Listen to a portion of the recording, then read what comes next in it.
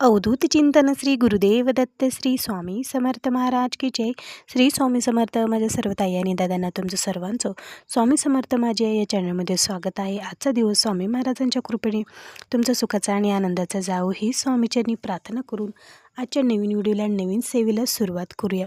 तर बघा, आता श्रावण महिन्यामध्ये आपण जाणून घेणार आहोत की श्रावण महिना तर सुरुवात म्हणजे खूप दिवस झालेला आहेत, पण या श्रावण महिन्यामध्ये सत्यनारायण कसे करावे, 1 सत्यनारायण, 5 सत्यनारायण किंवा 7 सत्यनारायण नेमकं कसे करावे आणि एकदा तरी असे सत्यनारायण तुम्ही तुमच्या घरामध्ये नक्कीच करा. आणि त्याचबरोबर ही एक प्रार्थना नक्की करा, जेणेकरून तुमच्या घरामधील ज्या काही आर्थिक अडचणी आहेत किंवा डोक्यावरील वाढलेलं कर्ज आहे किंवा घरामधील सतत वादविवाद आहे किंवा घरामधील ताणतणाव असेल किंवा सतत पैशाची कमतरता घरामध्ये भासणे, अशा ज्या काही अडचणी घरामध्ये आहेत तर त्या कमी व्हाव्या, आर्थिक ज्या अडचणी आहेत त्या दूर व्हाव्या, डोक्यावरील जो कर्जाचा ताण आहे तर तो कमी व्हावा, यासाठी ही सेवा खूप म्हणजे खूप महत्त्वाची आहे. तर त्यासाठी तुम्हाला तुमच्या घरामध्ये हे सत्यनारायण करायचे आहेत. आता बघा, सत्यनारायण केला म्हणजे लगेच तुमच्या डोक्यावरचं कर्ज कमी होईल का, किंवा लगेचच तुमच्या आयुष्यातील अडचणी दूर होतील का, असं बऱ्याच जणांना विचार येत असतो.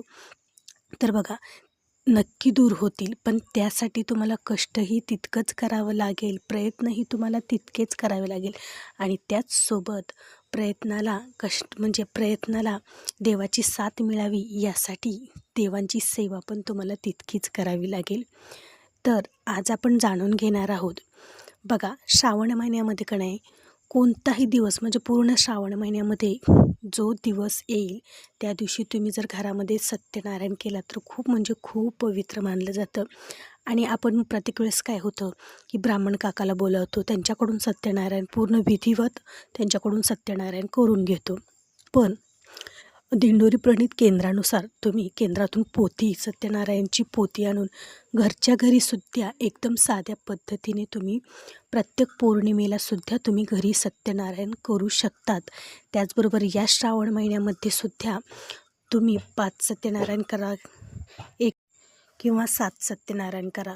तुम्हाला जसं जमतं तसे तुम्ही सत्यनारायण या महिन्यामध्ये करू शकतात. आता 7 जर सत्यनारायण करायचे म्हणले तर खूप म्हणजे कालावधी लागतो, मग त्याच्यामध्ये मध्येच काहीतरी अडचणी प्रॉब्लेम येतो. त्याच्यामुळे का नाही, तुम्ही जसं शक्य होईल तसे तुम्ही सत्यनारायण घालू शकतात.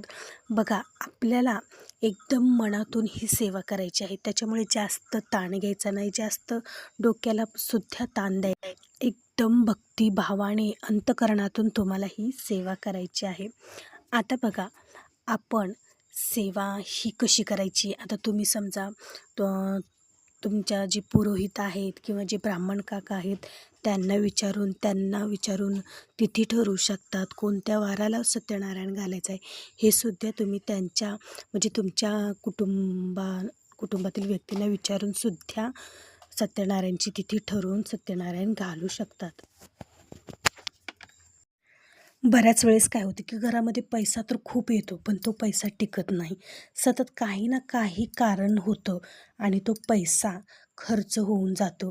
त्याच्यामुळे कर्ज वाढतं, कर्जाचा ताण होतो आणि ज्या काही आर्थिक अडचणी आहेत किंवा पैशाची कमतरता आहे, याच्यामुळे घरामध्ये वादविवाद होतो, कटकटी होतात, भांडणं होतात. त्याच्यामुळे ज्या घरात सत्यनारायणची पूजा केली जाते त्या घरात नेहमी प्रसन्नता राहते. पैशाबाबत आर्थिक जी अडचणी आहेत तर त्या अडचणी कमी होऊ लागतात आणि पैशाचे सुद्धा अडचणी सुटतात. त्याच्यामुळे आवर्जून श्रावण महिन्यात आणि प्रत्येक पौर्णिमेला सुद्धा तुम्ही सत्यनारायण घालू शकतात. सत्यनारायण म्हणजे काय बघा, आता सत्य आणि नारायण यांची उपासना म्हणजेच सत्यनारायण. या पूजेमध्ये तुम्हाला सत्तेला महत्त्व द्यायचं आहे. फक्त वरून तुम्ही पूजा केली असं नाही, या पूजेमध्ये तुम्हाला सत्यताही तुमच्यामध्ये तितकीच पाहिजे. म्हणूनच मनामध्ये प्रामाणिकपणा, चांगले विचार आणि चांगली वागणूकही तुमच्या मनामध्ये पाहिजे. असं नाही की तुम्ही कितीही सत्यनारायण घाला आणि एकीकडे जर तुमच्यामुळे कोणाचं मन दुखावलं गेलं, कोणामुळे म्हणजे कोणाचं तरी वाईट होत आहे किंवा तुमच्यामुळे कोणाचं तरी म्हणजे खूप मन दुखत आहे, तर त्याला काहीही अर्थ नाही. एकीकडे तुम्ही सत्यनारायण घालचाल आणि एकीकडे वाईट कर्म करचाल, मग याला सत्यनारायण देवतासुद्धा काहीही करू शकत नाहीत. त्याच्यामुळे तुम्हाला मन निर्मळ आणि स्वच्छ ठेवून कोणतीही उपासना करायची आहे, तरच त्या सेवेचं फळ तुम्हाला मिळत असतं. आता तुम्हाला काय करायचं आहे, कोणताही एक वार तुम्ही ठरवून घ्या आणि त्या वाराला सर्वात आधी तुम्हाला संकल्प करायचा आहे. मनामध्ये सर्वात आधी संकल्प करा की हे सत्यनारायण देवता, माझ्या घरातील ज्या काही आर्थिक अडचणी आहेत, जे काही वादविवाद आहे, जे भांडणं तणणं आहे, जी पैशाची कमतरता आहे, तर ती कमी व्हावी, डोक्यावरचं माझं कर्ज कमी व्हावं, यासाठी मी एवढी तुमचे सत्यनारायण करील, असा तुम्हाला संकल्प करायचा आहे. मनामध्ये केल्यानंतर तुम्हाला प्रत्यक्ष ज्यावेळेस तुम्ही सत्यनारायणची मांडणी करणार आहात, त्यावेळेससुद्धा तुम्हाला ताम्हण घ्यायचं आहे. उजव्या हातामध्ये अक्षता, फूल घेऊन, थोडंसं पाणी घेऊन, तुम्हाला हळदी कुंकू टाकून अशा प्रकारे तुम्हाला संकल्प सोडायचा आहे आणि नंतर पूजा मांडणी म्हणजे पूजेला कथा वाचायला सुरुवात करायची आहे. त्याआधी तुम्हाला काय करायचं आहे, स्वच्छ जिथं तुम्ही सत्यनारायणची पूजा मांडणार आहात तिथली जागा तुम्हाला स्वच्छ पाण्याने पुसून घ्यायची आहे, स्वच्छ करायची आहे. त्याच्यावर चौरंग ठेवायचा आहे, त्याच्यावर कपडा तुम्हाला अंतरायचा आहे आणि त्याच्यावर तुम्हाला कलश स्थापना करायची आहे. सर्वात आधी तुम्हाला गणपती बाप्पांना अभिषेक घालून घ्यायचा आहे, गणपतीची स्थापना करायची आहे आणि नंतर मग तुम्हाला सत्यनारायण देवाचा फोटो असेल तर तो फोटो ठेवायचा आहे, कलश स्थापना करायची आहे. अशा प्रकारे तुम्हाला पूजा करायची आहे. फूल, धूप, दीप, नैवेद्य तुम्हाला बनवून घ्यायचा आहे. तुपाचा दिवा लावा किंवा तेलाचा लावा, अशा प्रकारे तुम्हाला हे सगळं काही बनवून घ्यायचं आहे. त्याचबरोबर पूजेमध्ये तुम्हाला रंगनाथसुद्धा लागतो, तोसुद्धा तुम्हाला पूजेमध्ये ठेवायचा आहे. अशा प्रकारे तुम्हाला ही पूजा मांडणी करायची आहे. ज्यावेळेस तुम्ही विविध रंगाची फुलं तुम्हाला आणायची आहेत, हार आणायचा आहे, अशी जशी सजावट होईल तशीच करायची आहे. साधी पण सजावट जमते, जास्त पण सजावट जमते. त्याचबरोबर नैवेद्यासाठी तुम्हाला तुपातला शिरा बनवायचा आहे. तुम्ही त्याच्यात काजू बदाम टाकू शकतात किंवा काजू बदाम, केळी, दूध, असं काही साखर असे पदार्थ टाकून तुम्हाला छानपैकी नैवेद्यासाठी शिरा बनवायचा आहे आणि अशा प्रकारे तुम्हाला ही पूजेची तयारी करून नंतर जी सत्यनारायणची कथा आहे तर ती कथा वाचायला सुरुवात करायची आहे आणि घरातील प्रत्येक व्यक्तीने ती कथा बसून ऐकायची आहे.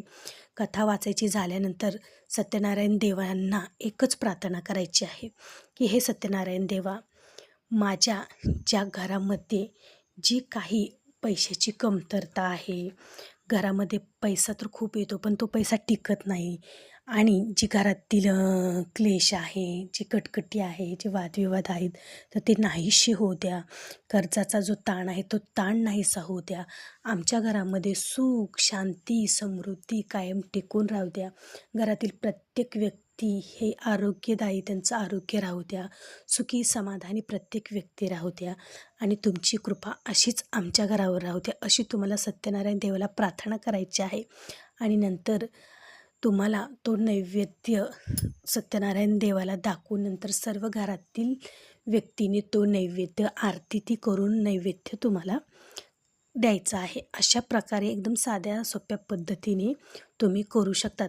जर तुम्हाला घरच्या घरी करणं सोपं वाटत नसेल तर तुम्ही ब्राह्मण काकाकडून सुद्धा सत्यनारायण घालू शकता. तर अशी एकदम साधी आणि सोपी माहिती होती. आवडली असेल तर लाईक करा, शेअर करा आणि चॅनलला आपल्या सबस्क्राईब करा. चला तर मग भेटू पुन्हाच अशा एका नवीन व्हिडिओसोबत, नवीन सेवेसोबत. तोपर्यंत माझ्या सर्व ताई आणि दादांना श्री स्वामी समर्थ.